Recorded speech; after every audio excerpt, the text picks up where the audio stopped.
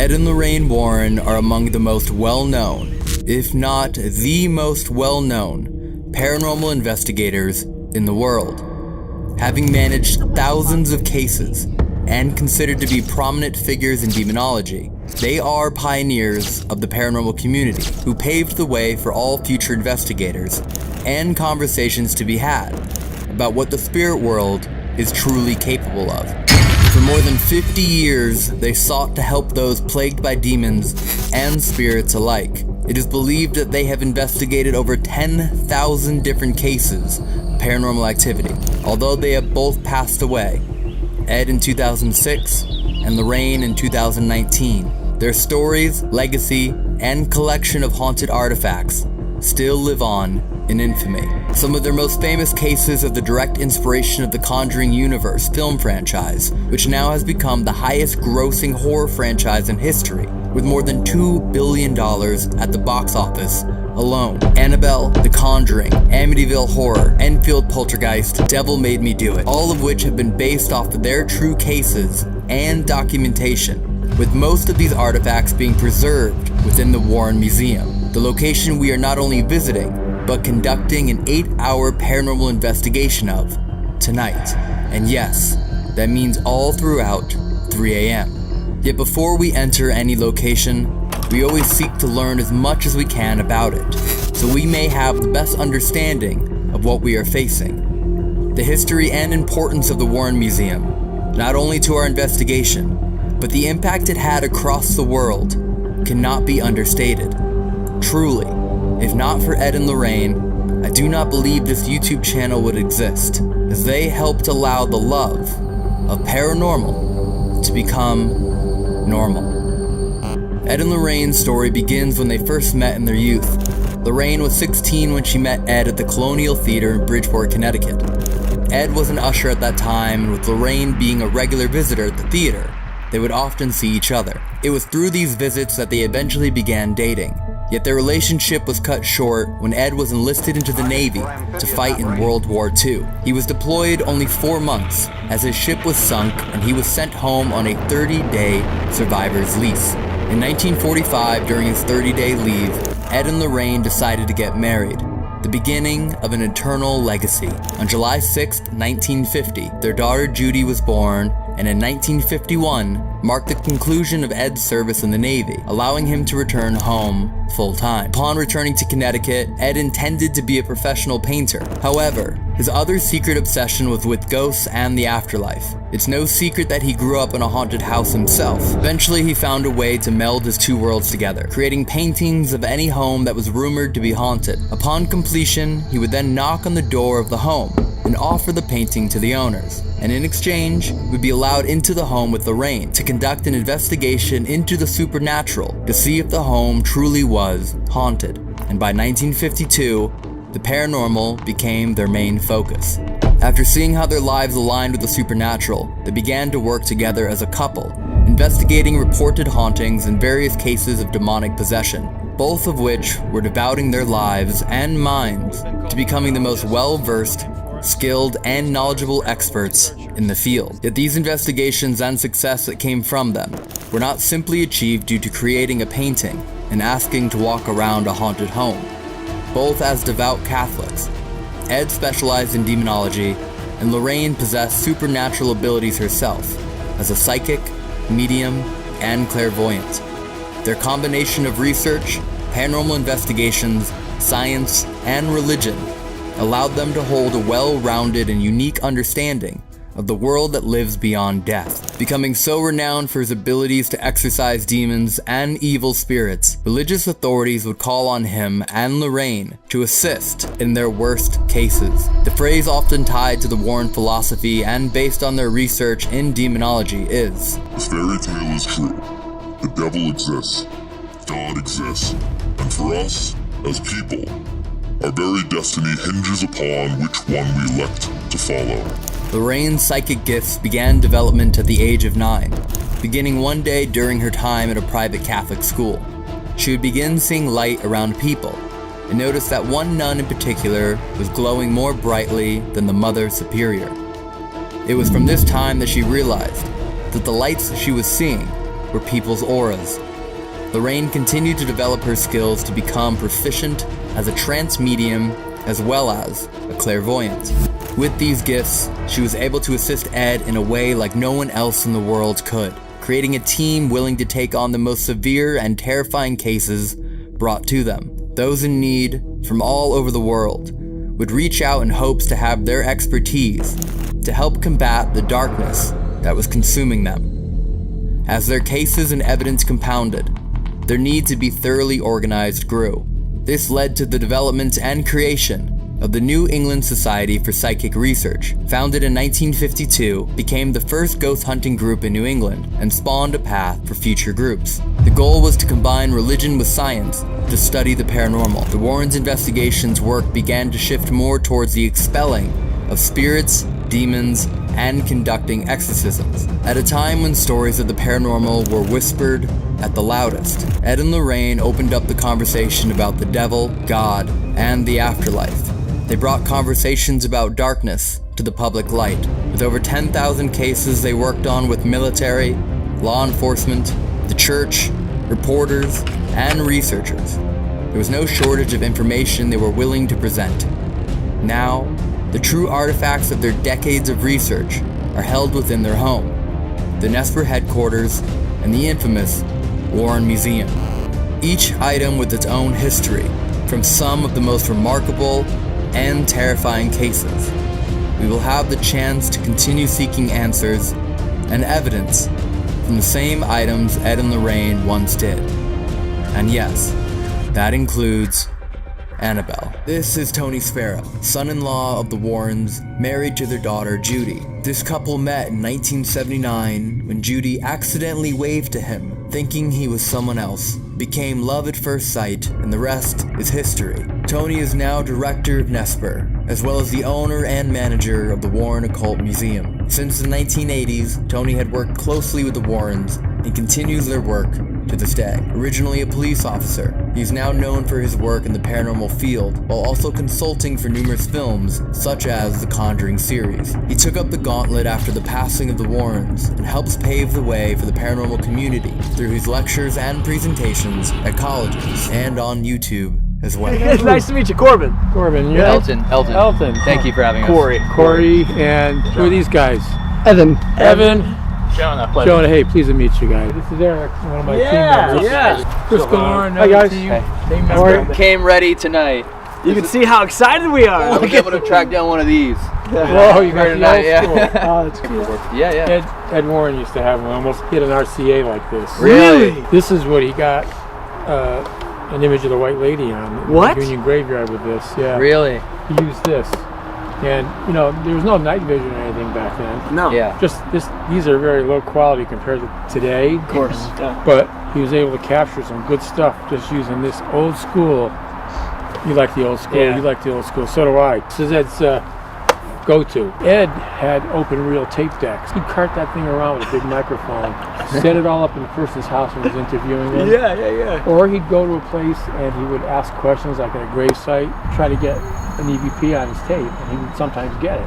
Wow. Those things worked. Yeah. And then he went to the cassette. When he interviewed somebody, he always brought a cassette. If you watch the Conjuring 1 movie, he'll say it's November 1st, 1971. Yep, all at on the this. parent house, and you hear him hit the cassette. Yep. I have some of them in the museum. That's awesome. They used Lorraine's psychic ability as the equipment. That's why it's tough to match them as a team, because Ed was a seasoned investigator, but also a demonologist. In other words, he read everything he could on demonology, everything. The reason why he did it, he lived in a haunted house in Bridgeport, Connecticut. One time he was sleeping with his twin sister. They had separate beds, but they were in one room. And his grandfather had recently died. He says to me, we're sleeping. All of a sudden, we're awakened by a sound of a cane hitting the stairs coming up to the second floor, and footsteps and a cane. Because my grandfather always carried a cane. And he said the cane and the footsteps got up to the bedroom, and they were circling their beds. Oh my God. And he said, I said, what do you do? And he said, I had covers all over me. Yeah. My sister and I were so frightened. We had the covers over us. We could hear the cane tapping all around the bed. Yeah. The museum that you guys are going to have special privileges to go into, you know, because you guys are our friends, kinda. We met you today and you seem friendly. So people used to start saying, Ed, I got this haunted object. Ever since I bought this object at a tag sale, I had this, the next day I saw a shadow figure, or whatever it was. Or I used this Ouija board and now I got a problem. Yep. Or there's a statue I bought and somebody must have cursed it. And can you take it off my hands, Mr. Warren? And you did.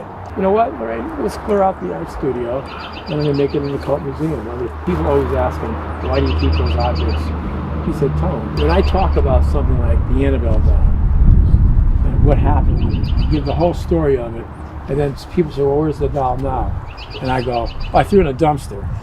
It's not here anymore. I burned it. Oh, no, we destroyed that. No evidence.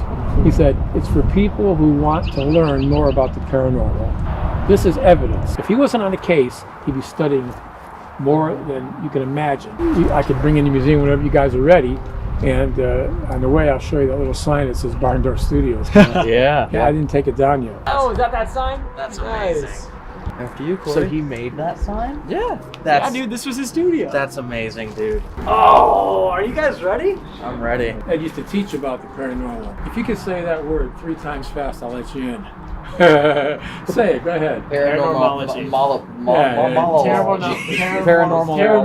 Paranormalology. We did it. Let's go in. This is going to be like a once in a lifetime for you guys, right? Because you haven't been here before. No, we have not. Please be respectful when you go in. Of course. Don't touch anything. And I'll explain some of the major things that are in there, okay? I'm not going to give you everything that's in there. Of course. I want you guys to close your eyes and envision yourselves, all of you each, covered in a white light all around your body. See, your aura is your supernatural glow around your body. Everything that God has created that's alive has an aura around it. They're all different, like a fingerprint. But that's where evil, that's where the demonic would try to enter through your aura if you have a chink in it. If you have a weak spot in your aura, that's where the devil goes for. So how do you protect it? By envisioning yourself in a glowing white light all around your aura. Then ask God to protect you from anything evil, otherworldly, demonic, or inhuman. God will protect you with that white light. Ed used to use it, Lorraine used it, I use it, all our team guys use it. It's got us through a lot of stuff. So that's your extra armor of protection when we go into a place like this. You could do that when you go into a haunted location, cemetery, a haunted house, anywhere where evil might be prevalent, you know what I mean? Yeah. So let's go. Let's go in.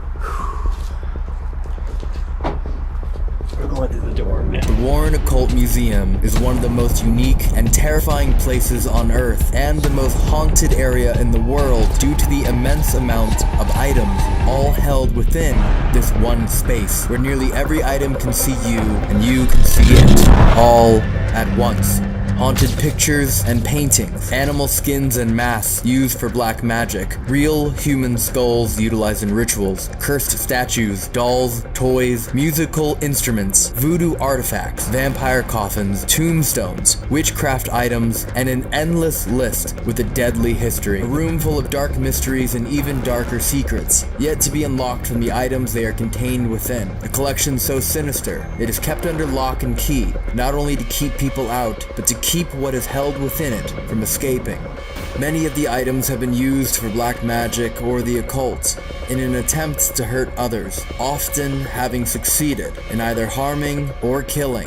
Many of the previous owners of these objects have ended up in mental institutions due to the strong effects and influence each item has. There is an immense amount of spiritual protection here to contain the evil within the objects, all of which comes from those that care for the museum. Hosting a collection unlike anywhere else in the world, all items here are considered unholy, cursed, and evil. To touch an item is to condemn oneself, to invite demons and evil spirits to attack and consume your physical and spiritual energies. Special protection is put in place to handle any item in the museum, and only a few people are capable of doing so, all of which are with us tonight. 9 p.m. has always been the cutoff time for being inside the museum, and this lockdown continues until 6 a.m. This isn't about closing the museum for the night, but this is when all of the cursed items come to life and to their full power. Even from behind the wards and protections, they become extremely dangerous. This window of time is known as the psychic hours, and a smaller window within it is known as the devil's hour, 3 a.m., when the devil is mocking the Holy Trinity, empowering all items and spirits of an evil being. Even when Ed and Lorraine were still present, they would not be in the museum during those hours. Entering the room alone is at the risk of each person. The young man died in an accident hours after visiting the museum, where he was challenging Annabelle. A priest as well as a detective were nearly killed in the museum as well. A museum in which the tables are turned. Visitors do not only look and study each item on display, but the items watch, study, and listen to you. Entering the museum truly alone is impossible. One wrong move, one disrespectful action could mean an attack on your well-being, or even worse, your soul. Wow. Come on in. Kind of cool, right? What are you saying, kinda? This is awesome. Wow. Got the shadow Got that doll. light coming in. What you're going to see immediately when you first walk in here, create what's called a tulpa, a human manifestation of the mind. If you have the knowledge, if you have the power, if you are high enough essence, can create things like that. A group would get together and they would take masks like this, put them on their over the face, and then hope to be able to remove the mask and have that image still there, creating a devil or a demon for themselves. Over here though, we call this the shadow doll. Look at it. People say, why do you call it a shadow doll? Well, look at it. Look at it looks. Yeah. It's ugly. Yeah. There's nails coming out of it. There's a human tooth coming out of it. What? There's bird hair, bird feathers, I should say. Animal bone. That was created specifically for one reason and one reason only, to cause distress to other people if used in a proper manner. If I was very knowledgeable in sorcery and wizardry, and I knew how to do it, I would take a photograph of this and print out the photo. On the back of the photo, I would write the curse that I want. Say towards Elton. Ha! Elton, I don't like, because Elton tried to steal my girlfriend away. Something happened where I don't like Elton anymore, or in a business venture or something. Now I want to get rid of Elton. I write a curse specifically for Elton because I'm knowledgeable in incantations and curses, we'll say. I send it in the mail, the picture with the curse on the back, to Elton or to you. Just by you opening the envelope and seeing the photo, you accepted the curse that's written on the back, unbeknownst to you. If the person is powerful enough as a sorcerer or a wizard. It's called a shadow doll because it can come to you in your dreams if it's done right. It has been known to scare people in their nightmares so badly that it can stop your heart. That's why people wear a crucifix that's blessed, or a medal that's blessed. That's the opposite. This would be the opposite of something that's holy and blessed. This would be the unblessed. Even though we have every item in here blessed by a priest that comes in here and he blesses these objects, he does the whole museum, then he goes with holy oil and does his thing. These are from Africa, utility dolls from Africa. Are they powerful? Yeah, they're powerful, and I'll tell you why. These were stolen from a witch doctor in Africa and sent to a man here in Bridgeport, Connecticut. If I can get those here and sell them on the black market, I can make myself some dough. The story is, this young 28-year-old police officer, 2 weeks after he got these, he became paralyzed from the neck down. Doctors couldn't even figure out what was wrong with him. He couldn't walk, couldn't talk, couldn't move. And for about 1.5 years he was like that, and he finally passed away. Now, was it from the fertility dolls? I'd say so. You can't prove it, right? It's hard to prove some of these things. But why would you take that kind of a chance with the unknown realm? There's powers out there that we don't know about. So here we have just a regular, like a household mirror, right? Yeah. But we call it a conjuring mirror. Why? Because people have tried to conjure spirits through mirrors for many, many different years. People call it scrying, I call it crystallomancy. In other words, if there's a shiny object, it's easy for a spirit to reflect their image on the shiny object. We had a gentleman from New Jersey, actually. He's now in a mental institution because he drove him crazy. What he did was he replicated what we call a psychomantium. A psychomantium is a darkened room. When I say darkened, I mean blackened. You would sit down in a chair here, so all you could basically see, or barely see, is the mirror. This guy, he would sit here for hours, looking at the mirror and say, Grandma, I want to see my grandmother. I miss you, or my father. Different relatives that he lost. He would sit there for 2 and 3 hours, beckoning them to come to him through the mirror. What was he doing? He was trying to conjure spirits. 2 weeks he did that straight, nothing happened. Then suddenly monstrosity, faces of monstrosities started to come through to this guy. It scared the living heck out of him. Frightened him so badly, like I said, he ended up in a mental hospital, this guy. You can do the same thing. Now I wouldn't want you to, and the audience listening, I wouldn't ever want you to do that. If you do something long enough and with enough intention, to the spirit realm, it's going to happen. Something's going to come through. It's probably not going to be your mom or your dad or your grandmother or your grandfather, because the demonic can trick you. In other words, it could be someone who looks like your mom, your dad, your girl, whoever passed away. They come in the guise of who you want them to be, because they, the demonic, want to be invited into your life. As soon as you invite them in, even if it's unbeknownst to you, it's almost impossible to get rid of a demonic entity then, because you invited him into your realm. The demonic goes after the weak will. Now, if you're strong in faith and you're just stoic, you're like a John Wayne type of guy, and you believe in God and God's going to protect me, a lot of times they don't mess with you. This is an organ from the Phelps house. They were clearing it out, and somebody called up Ed and said, Ed, would you like to have an artifact from that Phelps mansion? He said, yeah, I'll take whatever you got. Ed said from upstairs in the kitchen he could hear the organ playing. He'd say, no, he's supposed to be in the museum. Would they break in? He'd run down the stairs, come here, and the strings of the organ would stop. 3 different times here. It's not a player organ. We have the remnants of Flight 401. These parts here are actual pieces of the wreckage aircraft. I'm telling you, I had a visit from Don Rico. I came home, it was raining, pouring out. Under the tree was a guy in flight navigator outfit with a hat. He had rain gear on. And he's standing in front of the tree, staring at Ed when he pulled in the driveway. And then Ed gave a double take and the guy was gone. Now, who's Don Repo?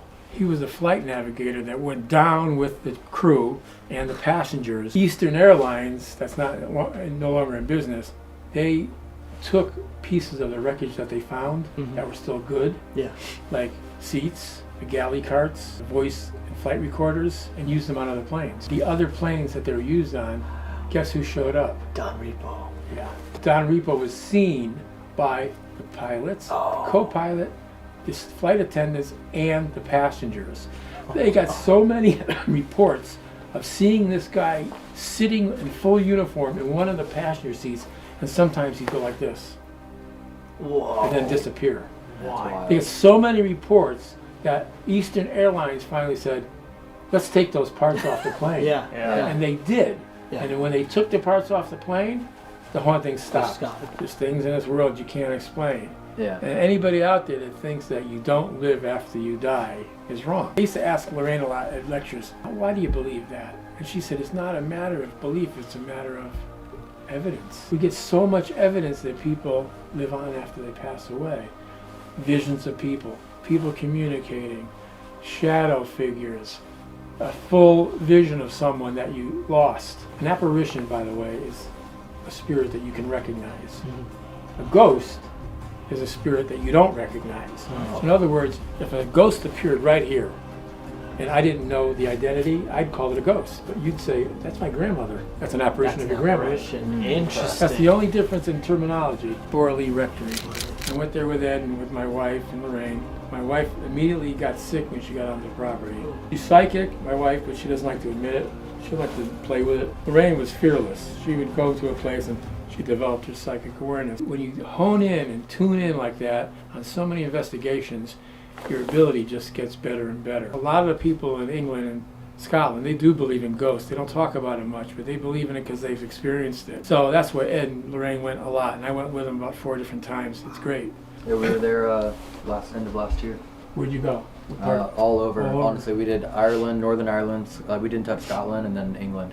We actually tried going to the Enfield house. Oh, you did? We tried Green leaving. Street? Yeah, we left a note to be like, hey, if it's possible. Oh, that would have been cool to get I know, in but there. they didn't answer. Oh, I could tell you a little bit about that. I didn't visit it, but my wife did, and of course Ed and Lorraine did. John told me a story. John Candyhurst told me a story. He's sitting on the couch in the Enfield house. All of a sudden, he said, Tone, I hear this plopping noise. I said, yeah. He goes, and I looked down, and in front of me is this big pile of crap. He goes, and it looked just like human crap but it was big, like horse size. But it was right there. I said, well, did it dematerialize again? He goes, no, we had to clean it up. What? It just, out of nowhere, a plop sound. He looked down, and there it was. What? Human excrement on the ground. Lorraine was standing in the kitchen. All of a sudden, wallpaper just tore away from the wall, floated around over the one light that was there to block her light. Lorraine wanted to stand under the light. She said, when I stood under the light, I felt better in this house. The voices from Enfield, England were amazing. Oh. If you watch The Conjuring 2, at the end, you'll hear the actual Oh my voices. God. Yeah. But Ed had hours of those voices that would just converse with Ed. Now that's the key. The key is communication back and forth. John Kennyhurst was asked by Ed to go out to the car. John, the priest can't come today. About 10 minutes later comes back, and Ed's like, well, where's the holy water? And John says, there is no holy water, Ed. He goes, I know where it was. It is no longer there. It's gone. I can't find it. Ed says, well, you know what? We're going to make our own with holy water. Give me some salt, give me some water. Ed did like a simple, his own blessing over it, which is not really holy water. So then Ed said, well, we're going to do a blessing in the house. Says, hand me the holy water, John. And out of the blue, a voice says, but it's not blessed. Just like that. So they could understand and see whatever Ed was doing. Wow. It's not blessed. And Ed's like, what? And he started talking back and forth with him and mocking Ed. They're laughing. It's not blessed. That's the power of demonic entities. Wow. Those are the kind of crazy things that happen in the Enfield house. Jesus. What? I gotta try again to get back in there. That's Dude, that's wow. That's Isn't that wild. insane? Isn't That's that kinda- insane. If I can I get the house, believe you it, want me to though. invite you? The things that happen, yeah, I'd like to come. All right. The things in that house that were just amazing. People would say, well, Ed and Lorraine weren't there. Well, let me just tell you this much. They weren't there for months or years. They were only there for maybe a week. But during that week, they helped out Margaret and Janet and Peggy more than from the England Cyclical Institute did, according to Janet and Margaret. When Janet and Margaret saw Lorraine on the set of The Conjuring 2, they started crying. They were hugging Lorraine. And they said it right to the crew and me. They're the only ones that ever helped us. Lorraine and Ed are the only ones that ever really helped us or tried to help us. Pearls of death. They were given to a lady. As soon as she put them on, she felt that she was being strangled to death. Like somebody took them and twisted them and were trying to kill her. So they had to snap them off her. Why? Maybe there's a curse attached to them. I don't know. But they were given to Ed for that reason. Why are you so comfortable touching everything? Just because you're around it all the time? Yeah, because I'm around it. Not only that, these items have been blessed. And I protect myself like we did outside. Went to confession first before I met you guys today. Ed said to me when he did it, he said he could pick them up, so I assumed that I could pick them up. The things I won't touch are things like Annabelle, things like the satanic idol, the shadow doll. I won't touch those. And in fact, I'm just going to show you the Annabelle doll now, actually. Come over here, guys. I'll show you the Annabelle That doll. case is so much larger than I thought it was.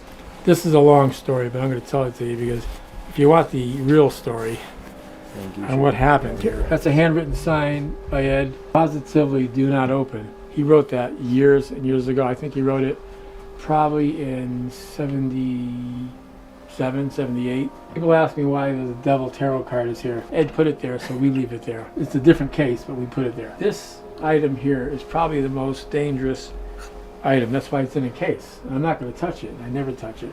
Not with bare hands. Oh. People say, well, you know, didn't you bring it to Las Vegas? I did bring it to Las Vegas. But I know how to protect myself, and I'll tell you how I know. Ed showed me. He said, if you ever have to move the doll, the way to do it is this. But when you handle the doll, you don't handle it with your bare hands. Ed told me, wear a pair of like heavy welding gloves. Make sure your hands were drenched in holy water first before you even put the gloves on. And envision yourself in a white light, and ask God for protection from anything evil that might be attached to Annabelle. But it's rare that we move it. We try not to move it very often. There are times though when we have to move it, like when we have to repair the case, which we're gonna have to do. We're gonna have to repair this case and move the doll. What he does, Dan Rivera, my lead investigator, he made this case. What he does is he gets stain, he gets water, he brings it to the priest, and he has the priest bless it. Wow. Then when he built this case, he stained it with the holy water and oil combination with the stain, infused in it. Behind the doll, behind the felt, he has a prayer written in there, the Our Father. On the sides, if you want to catch that with the camera, he cut out crosses on both sides, put a cross here, and he has 2 plaques, the St. Michael the Archangel prayer. We consider that a protection. Not total protection, because you never know. Yeah. That's why we don't touch it with our bare hands. That's why there's glass. So, the story of Annabelle. You ready for this? Oh. Absolutely. Lorraine and Ed got a call from 2 nurses. They said, we have this item and we think it's causing a lot of problems with us. Can you come over? So they went over to the house, Ed and Lorraine. They visited these 2 girls. One of her names was Donna. She's the one who received the doll from her mother as a birthday gift. Now Donna was about 28 years old at the time, but she liked dolls. A lot of girls like dolls. I don't blame them. You know, it's nice. It's like we like model cars. Nothing's wrong with the doll that they can see. Everything's fine. They even put a little gold bracelet on the doll's wrist there that you can see later. She would carry the doll all over the house. One day, while they're at the breakfast nook, I know it's going to sound illogical and crazy, they're sitting at the breakfast nook and the doll is next to them. Her and her roommate, who's a nurse also. All of a sudden, those 2 flimsy rag hands levitated onto the table like this, together, like this, and landed there. Now the girls look at each other. How about you? I'd be a little panicky, right? They didn't. They were more intrigued. Like the other nurse says to Donna, she goes, "Hey, the doll must be trying to tell us something." And Donna says, "Yeah, look, maybe. I mean." And the other one goes back and says, "Well, I know a psychic. Why don't we call her in? We'll have like a seance or something, and see if we could find out what she wants." That's what they did. That was their first mistake, was giving it recognition like that. Yeah. So they did. They had a friend come in that night around the table and do a seance. Here's what the psychic says. "I'm picking up the spirit of a young girl who was killed in a car accident outside your apartment complex. She's about 7 years old, and her name is Annabelle. She's in your doll." That's what she says to the girls. The girls bought it, hook, line, and sinker. Yeah. Now the psychic didn't know what the hell she was talking about, because God does not allow a human spirit to enter inanimate objects. Like, in other words, when you go home tonight, your grandmother's not in your living room chair. A demonic entity could be attached. Now they're intrigued, and they're saying, "Wow, there's a human spirit in our doll." And they started to really treat it with more reverence, you know, more like it's human. Donna had the doll on the edge of a couch in the open, and Lou, who's Donna's fiance, was laying on the other end of the couch, sleeping. He wakes up with a start. He's sweaty. He's like heart pumping. He's holding his chest. He's like, "Man, I just had the worst nightmare." And Donna's like, "What happened? What happened, Lou?" He points at the doll. He says, "I just had a dream that doll there was crawling up my leg, and it got to my neck and started to strangle me." That was his dream, nightmare. What's he do? He grabs the doll off the couch because he's angry and he's nervous. Grabs the doll, he picks it up, he throws it all across the room on the carpet. He says, "That's just a Raggedy Ann doll, can't hurt anybody." When he said that, 7 psychic wounds appeared on his chest and on his stomach. 4 this way and 3 this way. They came through his t-shirt. It's like somebody took a scalpel and they could see the blood coming through the t-shirt. Now they're freaked out. Now Donna and their girlfriend and Lou are like, "Wait a minute, that can't be a 7-year-old girl inside that doll. Something's wrong here." They called a high Episcopal canon in Hartford. He didn't know what to do. He said, "You know, I'm not versed in this kind of stuff." He goes, "Why don't you call the Warrens? They know all about this stuff." Ed and Lorraine get there. They had a priest come with them and did an exorcism of the house. And the girl said, "Well, what are you going to do with the doll, Ed? We don't want that doll. Can you take it?" I said, "I'll bring it back to my museum." So he took it back to the museum in his car. He had like an old Chevy. On the way home, the car's jerking, stopping, stalling. He never did that before. He had trouble controlling it, bouncing off the curbs. Finally, he stops the car. He had holy water. He always kept it in his pocket in a little plastic bottle. He sprinkled holy water on it. He said the sign of the cross and said, "The Our Father." And he said they were able to make it home. When he did, he put it in a chair, like this chair right here. Put it in a corner over here. You could just reach over and grab it. But he put a little yellow tape, that danger, do not touch. So that was fine for a while, right? A priest, Father Bill, he comes over in the daytime, has lunch with Ed and Lorraine upstairs. After they're eating lunch and having tea, he says to Ed, "Hey Ed, can I see that doll that I heard so much about that put slashes on people?" That's how he said it. Ed says, "Come on down, Father, I'll show it to you." He gets to the doll, starts to talk about the doll that's in the corner. And he starts to talk. He gets to the part with the slash marks with Lou, and the priest like doesn't want to know. The priest goes, "What?" He reaches over the tape, grabs the doll. That's the guy. He grabs the doll. You know what he does? He grabs it almost like Lou, throws it across the museum and says, "God is more powerful than any devil or demon." Ed says, "Father, why'd you do that? I told you not to touch anything." The priest says, "I don't care. God is more powerful." Ed says, "You know what, Father, you're right. God is more powerful than any devil or demon, but no human being is. No priest. You shouldn't have touched it." The priest didn't want to hear it. They go back upstairs. Ed's not too happy with the priest, by the way. They say their goodbyes. The priest gets in his brand new car and leaves. The priest never made it to his diocese that night because the car went out of control, almost head on into a tractor trailer, destroyed the car, and injured the priest. It didn't kill him, but it injured him. 2 days later, the priest calls up, crying on the phone to Ed. He tells him about the accident. He says, "You know what, Ed?" He says, "The last thing I can recall was looking in the rearview mirror, and I saw an image of that doll. Then I lost control of the car." Ed's like, "Father, I mean, I don't know what to tell you, but I told you not to touch the doll." Ed used to give these little tours of the museum. He used to charge like $5 or $10 or $12. He'd have a group of college kids would call up. He'd say, "Oh, if you get 10 kids, I'll give you an hour and a half tour." And one of the kids came on a motorcycle with his girlfriend. Gets to the doll. Now, at this time, the doll's in a case.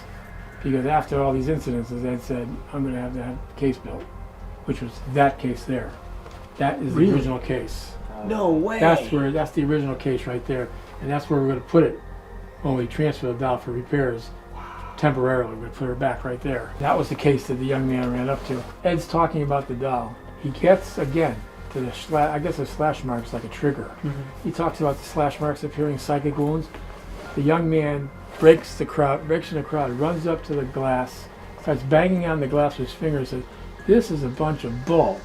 If that doll can put slashes on somebody, do it to me." What'd he do? He challenged. He challenged the doll. Ed's like, "Hey, you and your girlfriend, you got to get out of here. I can't have that. I just got through telling you people, don't disrespect the doll, don't challenge, get out." Kid's mocking it on the way out, laughing with his girlfriend. He never made it home. 3 hours later, they found out that he was killed on that motorcycle when he went head on into a tree. Now, how do we know what happened? The girl didn't die. She was in a hospital for many months, though. And she said, when interviewed, the last thing she recalled was laughing and joking about the doll with him before he lost control of the bike. I've looked at that doll many times. I've never challenged it. I've never said, "I want to see something happen." I never said, "I want to see the doll move." I never said, "If you can do something to me, do it." No, that's ridiculous. That's stupid. It's like going up to Mike Tyson and say, "Go ahead, hit me." Go ahead, you think you can hit me? You think you're tough?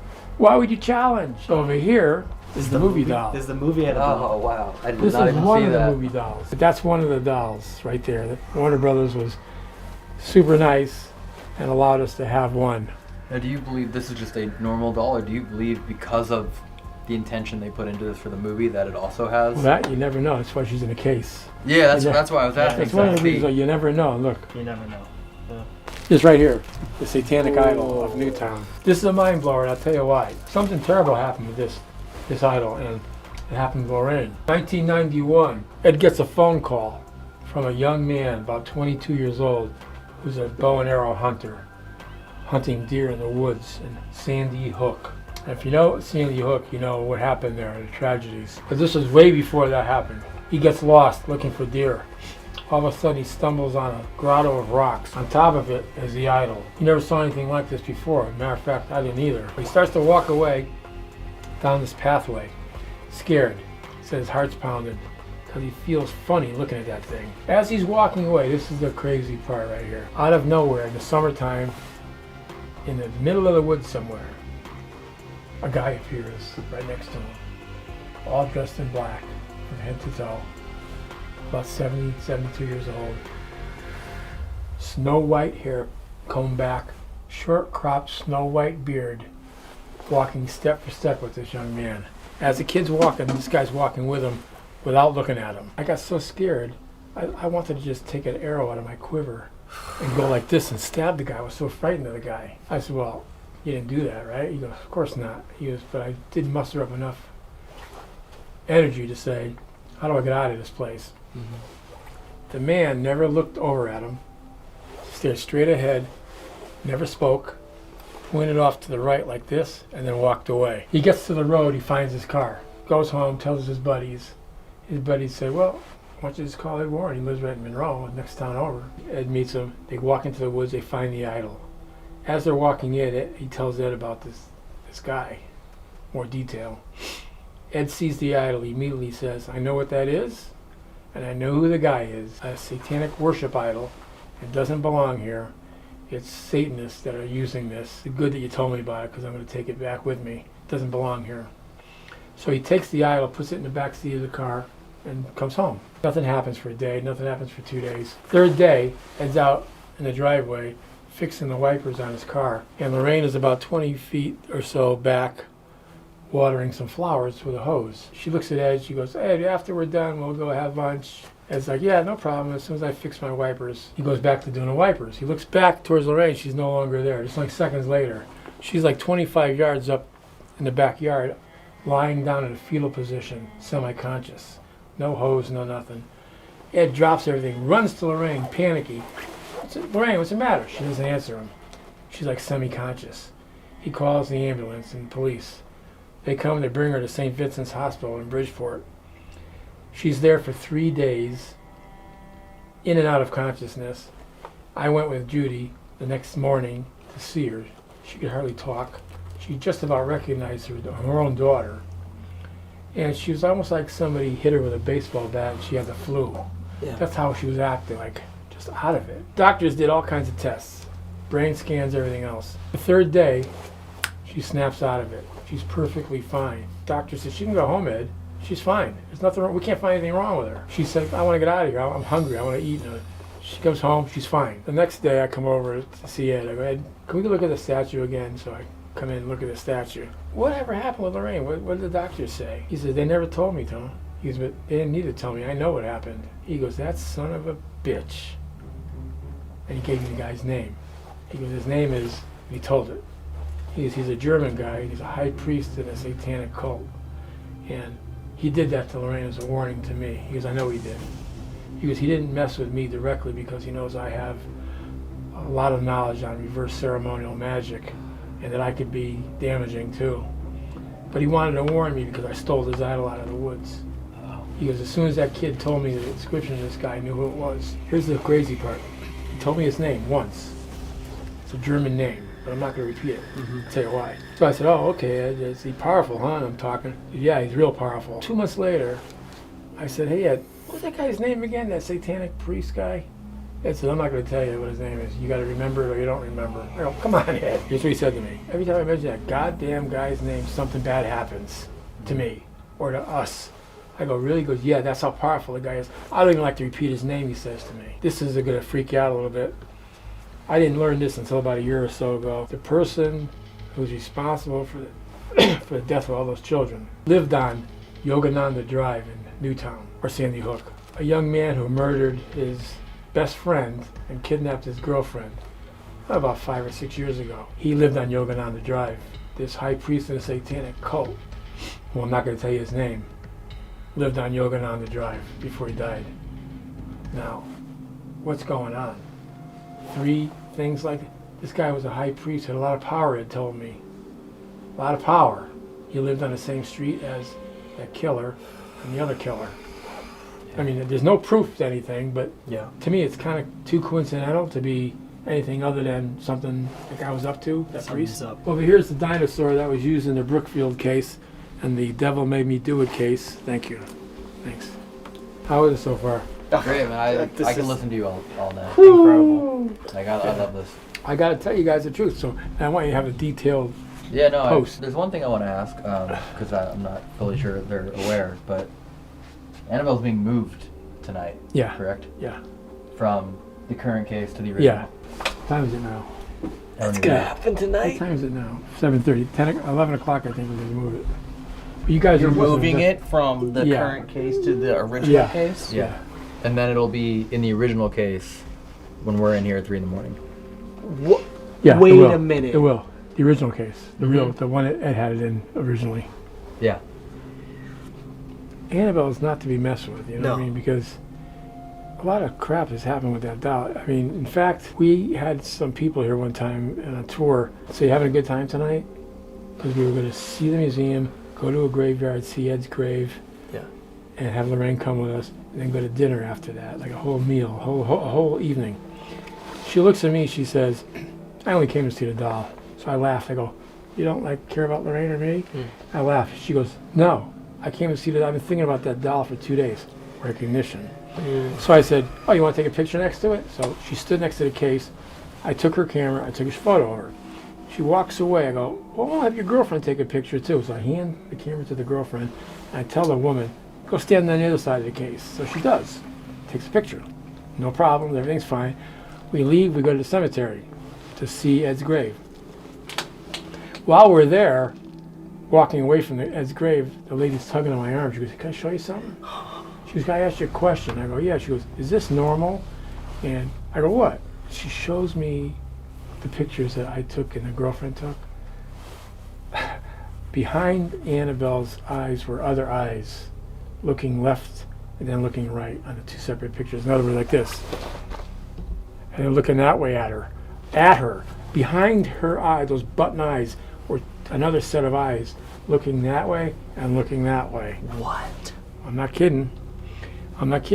And so what does that tell you? And I never had that happen before.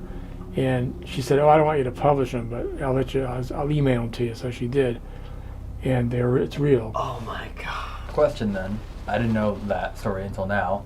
Since you told me that we'll be able to come here, I've obviously been thinking about how I get to see Annabelle. I mean, I've been thinking about I get to see, and not just Annabelle, but everything here, and I've been thinking about it. What you're doing is you're energizing her Recognition. through the recognition. The more recognition you give to the doll, the more you even talk about the doll, the more recognition you give, the more energy you're giving it, the more thought process you give to it. Whatever's attached to that doll is looking for a weakness in somebody. And if somebody's so bent on seeing something, it's going to oblige, right? So that's why I say you don't challenge it, you don't look at it too much. So this case here was built by Dan Rivera. He's very knowledgeable in a lot of different areas, especially Santeria. But this says accept existence of the devil. Just like you accept existence of God, you have to believe that there is a devil, because God created the devil too. This was the creature, the dinosaur that David Glatzel had when he was a young man, and the devil made me do it case. This is the one artifact we have from the house. This is the dinosaur that was seen crawling across the floor, floating across the carpeting, and a voice emanated from near it saying, "You are all going to die." That was from The Conjuring 3 and from the book The Devil in Connecticut by Gerald Brittle. Good book. It tells a true story. And in fact, Marty Johnson's going to be a guest speaker at our Paracon that we're having October 29th in the Mohegan Sun Casino in Connecticut, the Mohegan Sun, on October 29th. So if you want to learn a lot more about this case, especially too, go to warrens.net, WARRENS.net, and there's tickets for sale. We're going to have a lot of good guest speakers. One who's a pretty big name that we're going to announce pretty soon. He and his wife are coming. And of course I'll be speaking and Dan will be speaking too, but we have UFO people, we have cryptologists, we have all kinds of good people coming. And we're going to have over 50 vendors. You had one other guest you bring in? Are you not mentioning? Are you bringing? Oh yeah, we're going to bring a guest too. We're going to have a replication of the artifact room here. Oh, the whole thing? Not the whole thing, Oh. but a lot of the important artifacts that we went over. The Annabelle doll for sure is coming. The movie Annabelle doll. The Really? the worship idol. The shadow doll. The dinosaur. The conjuring mirror. The white lady that I didn't speak about yet, but I'll get to. The white lady of Union Cemetery. Jeez. And so it's going to be fantastic. We had a really good turnout in a small Waterbury venue last year, but we figured the Mohegan Sun Casino is where it should actually be. We sold out in Waterbury, so we wanted to get a bigger venue. And it's going to be in honor of Ed and Lorraine. It's going to be called the Warrens, Seekers of the Supernatural Paracon. Wow. And you guys are invited. You don't have to buy a ticket even. Oh, really? You guys don't have to buy a ticket. Well, they do, right? Joan and Evan have to? Yeah, they are. Yeah. Everybody else has to buy a ticket. These guys right here. This is an actual skull used in satanic rituals. What do they do in satanic rituals? Well, they sacrifice animals and humans. You're going to have a lot of people saying, that's not what Satanists do. This guy's full of it. Who's this jerk talking about Satanists? Well, I'm the jerk that's going to tell you that real Satanists destroy animals and they destroy humans. And why do they do that? They do it to gain power in the devil's eyes. It's like they're giving up something that the devil hates. Because in the devil's eyes, anything that's created in God's image is a hated image.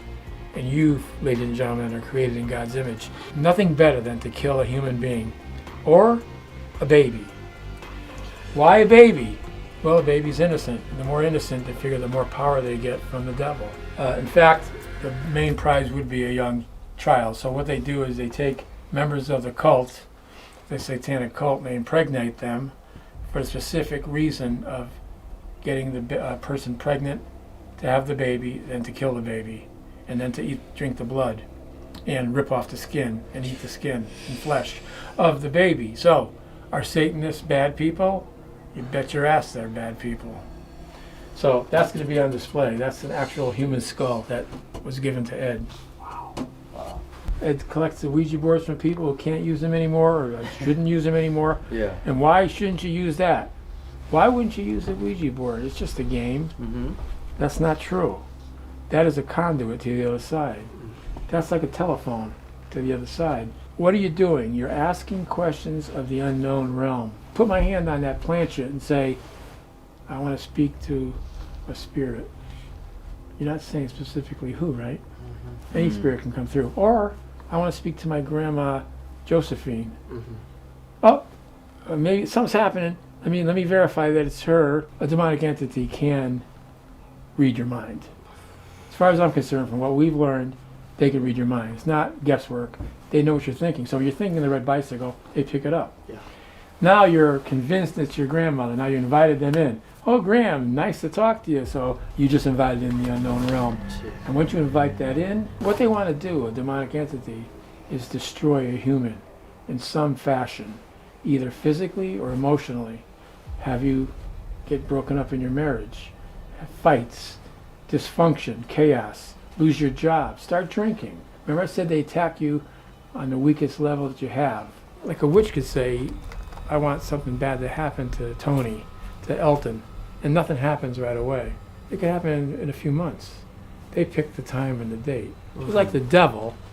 When you say, well, if I challenge Annabelle, nothing happens. It doesn't have to happen that instant. It could happen a month later, a year. But Ed, every time we were in here, he'd say, don't touch anything. Every time I come in here with him, and I was in here with him hundreds of times, he would always reiterate to me, that's why I knew Ed was real and legitimate, was he never would lose a moment and go, that is all BS, Yeah. Never. Or say, yeah, don't worry about it, you can grab that. That's okay. Never. Yeah. He'd be like, don't touch that. If you touch it, let me know. Listen, knowing him for years, he'd say, if you touch, don't stare at Annabelle. He would say stuff like that to me, knowing me so well. He wasn't trying to impress me. He was trying to protect me. Yeah.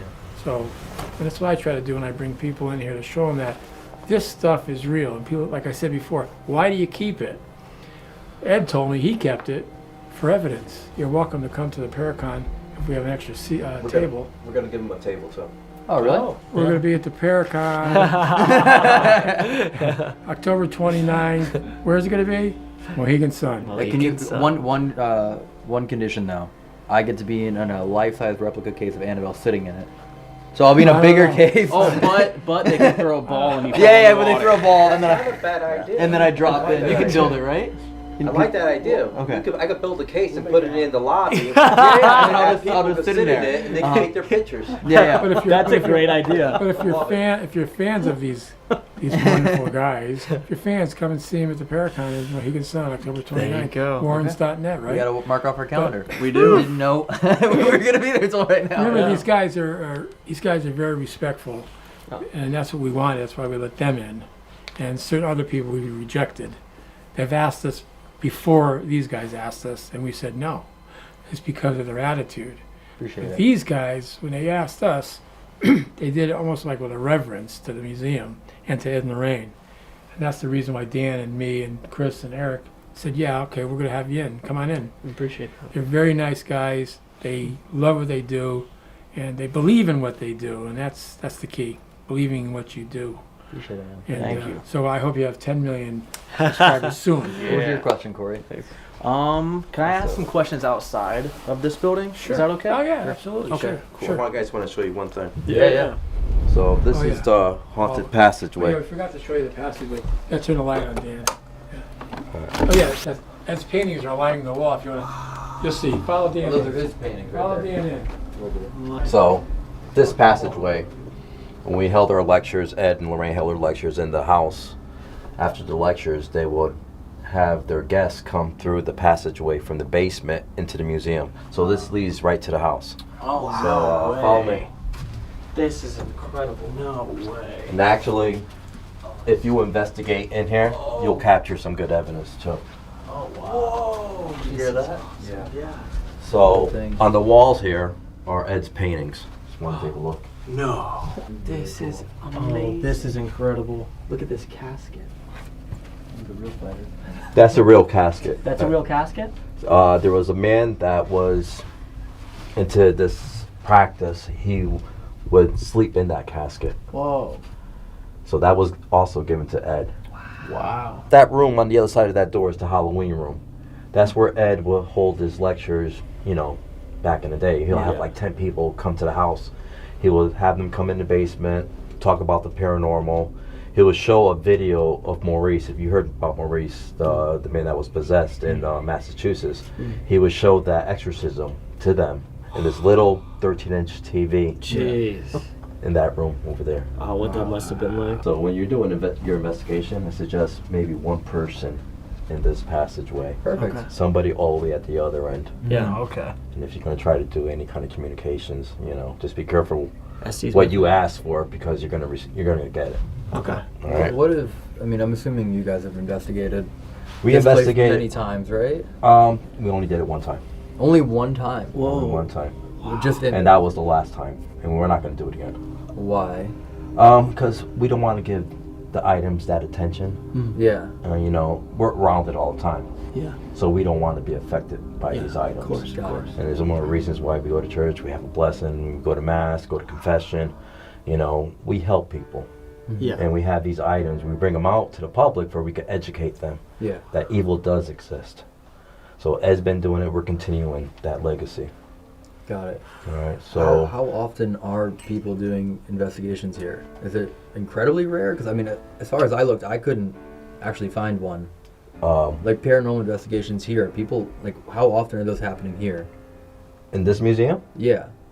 we never have anybody investigate this museum. Okay. That's when I was doing my Right. homework on it, I couldn't find any. Right, no, you, other than us, and I told you, Yeah. you're gonna have this museum to investigate. You're gonna be the first ones investigating this museum. Yeah. All right. We brought Annabelle down to Las Vegas. All right. But we pulled it. And Tony pulled Annabelle right out of there when Zach went to touch her. Yeah. All right. So we suggest that you don't touch any items. Yeah, of course, of course. We're watching. Yeah. No, we're. You know, Ed did that when the guy touched the doll. He was mocking the doll. And he said, "Son, you need to leave." We won't hesitate to tell you that. Yeah, Yeah. For All sure. right. So just respect the items, of course. but do your thing. You know. Yeah. And see what you're able to capture. Wow. Appreciate it. Wow. Thank you for Yeah. This having is. us. All right. Yeah, thank you. Yeah, man. Thank This is- you. It's an All right. honor, truly, to be It's And here. I such know a you guys, valuable some of you didn't know that you were coming here tonight. Yeah, exactly. All right. No idea. So you can scratch that off your bucket list. Yeah. Actually is, by the way, my main channel, TFIL, the Fuck It List, is number 666 on the list, was to come here. All right, so just remember, you're in one of the most haunted locations in the world. Yeah. All right, so a lot of these items do have attachments. Some demonic, and some could be earthbound spirits, but they all intermingle. All right, so you'll hear voices, you can hear something growling. You just don't know where it's coming from. Yeah. All right. You know, I don't know too much about you, but it seems like your eyes are like watering a little bit talking about it. Oh, I get emotional about Yeah. this because I was mentored by Lorraine. Oh. All right, and she made me promise to keep this going Yeah. with Yeah. Tony. So Yeah. I take it to heart. Of course. So I'm not doing this for fame or anything like that. No. It's because I love this. and I wanted this to keep going. Yeah. This All is right. incredible. Of course. Appreciate it. And that story told you about Annabelle with the guy in the motorcycle. Yeah. I was 8 years old, driving down Route 25. A guy and his girlfriend come flying by us on a motorcycle. Whoa. All right. My father says they're going to get into an accident. As soon as we got to the end of the connector, there's the motorcycle on the side of the road. The girl's on the side of the road holding her head, and her boyfriend went into the tree line, and he had died. Now, I didn't know that at the time, that was my connection to this location. You were there. I was there when it happened. So, years later, I'm working with the Warrens. Enjoy yourself. Oh, thank you. will. Thank you. This is intense. This is once in a lifetime. It really is once in a lifetime. Man, it's really like so many items. So we're like the only people besides them that's ever investigated here. Yeah. Yeah, and we're doing basically 2. Because we're going to do 1 and then we're going to come back in at 3 in the morning. Yeah. So, We're gonna watch them put Annabelle from here into here. yeah. I did when I had my replica made, I had no idea that this one was this live. That was the one. Yeah. I like basically modeled it after. Yeah. That's so crazy. I'll let you walk in first and just scan it. It's small, almost the way you had left it. It's almost the way you had left it.